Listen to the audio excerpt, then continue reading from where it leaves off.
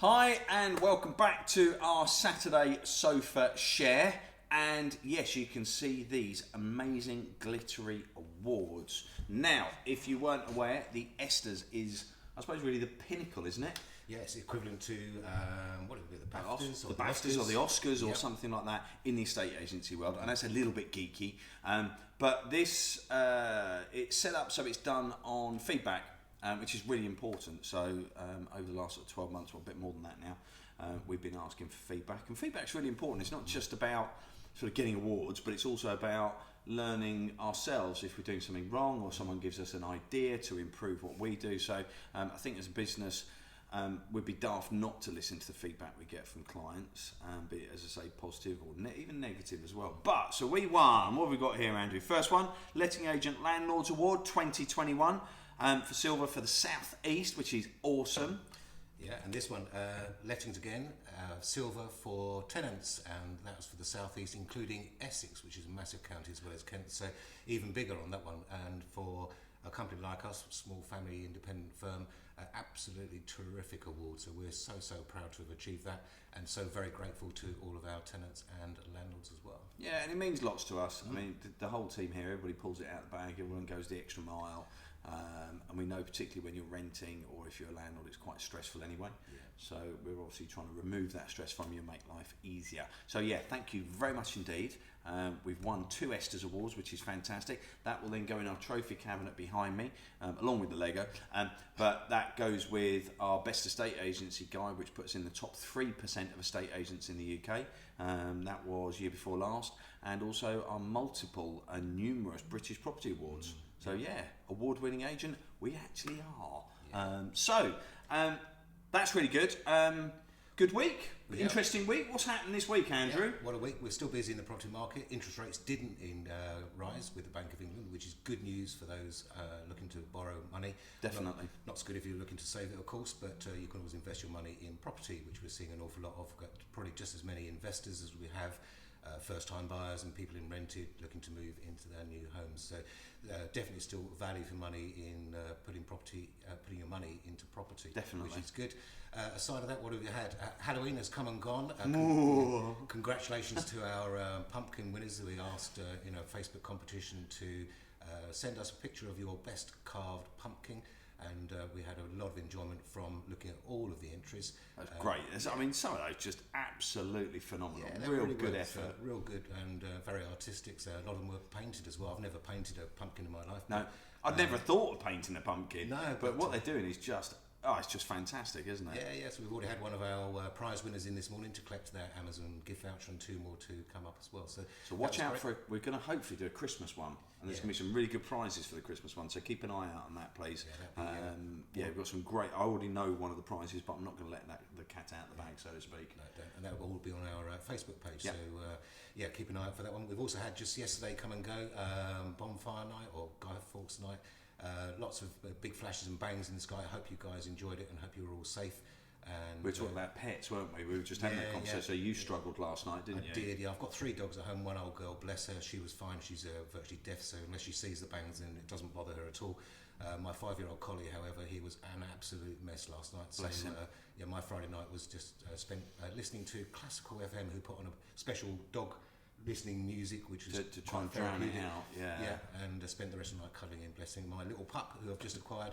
Fortunately, she hasn't picked up the vibes yet of the slightly older What was she doing? God, tell me what she was doing when they were going off. Oh yeah, so I let her outside just to do what she has to do, and she spent half the time running around the garden barking at the bangs and flashes. It's exactly what we had. So we were very fortunate with our 10-month-old now. Didn't bother at all. Took her for a walk. Didn't even flinch. Didn't jump. Wasn't paying attention. But in the garden when they went off, some of the neighbouring ones, same thing, barking at them. Thought it was great fun. So hopefully, but we do feel for people out there that have got pets that are suffering. Hopefully after this weekend it'll be done. And I suppose really the plea from us is keep it to bonfire if you're going to do it. So basically don't do any more. Don't keep them running for the next week or so. And I know there's a lot of people out there that try and stop that happening, but there we go. Hey ho, there we go. So bonfire night's out the way, and John Lewis advert has come out, the new Christmas advert. Yay, Christmas is here, or nearly. It does feel like it. I think probably the seasons have changed, and all the shops have now got the tinsel out and all the presents and everything else.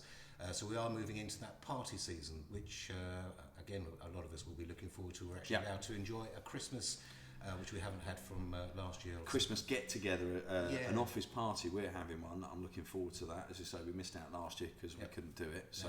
But along with that, I suppose, as the party season starts and we're out sort of celebrating into pubs and clubs and just socialising generally with friends and family, something that I became aware of through social media and on the news, which is a lot more sad, I'm afraid, is the spiking of drinks, Roy.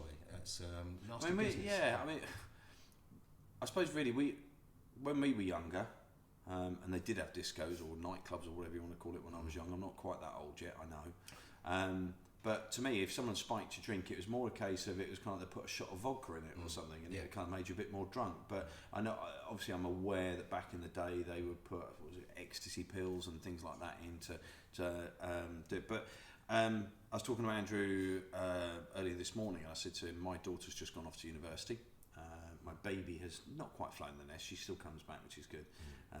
But straight away, I think one of their first student nights in a nightclub down in Exeter, chatting about, or afterwards, they're chatting about people that hadn't been well, people that had been spiked their drinks. And I mean, my initial advice, and I suppose like many parents of our generation, would be, well, just keep your drink with you, keep it covered, don't let anybody near it. Yeah, that's fine, that's doable. But the real scary thing, and I don't think even you were aware of it, was needles. I mean, that is just horrific. That apparently these people are going around injecting people, literally. So it's not just a case of they'll put a pill or a bit of potion in your sort of glass of wine or vodka and coke or whatever you're drinking. You could just get pricked, and because you're in a nightclub and I suppose you're bouncing around and you're getting not knocked, but you're brushing up again. You wouldn't even probably notice it. You probably think, what was that? But not even consider anything about it. I mean, I don't think there's anything you can do to protect yourself from needles, apart from not going out and locking your front door or going out wearing a suit of armour. But I think it's just the awareness thing, isn't it? It's not funny. You don't know what somebody's medical condition is. You don't know what's going to happen to them. And again, I go back many, many years, and this certainly frightened me well and truly away from any sort of drug paraphernalia, was the fact that you get dodgy ones and people die from it. And that's the I suppose the stark reality. It is. Scary. I mean, you've got a daughter, and at some point you'll have grandchildren. You'll be protecting them and looking after them.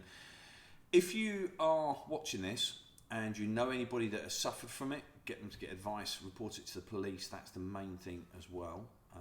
If you are in a position where you might know somebody who does it for a laugh, for a kick, it's not funny, it's not big, it's really not clever. This really is serious stuff. We're going to put a little sort of graphic up talking about how your drink is going to be spiked.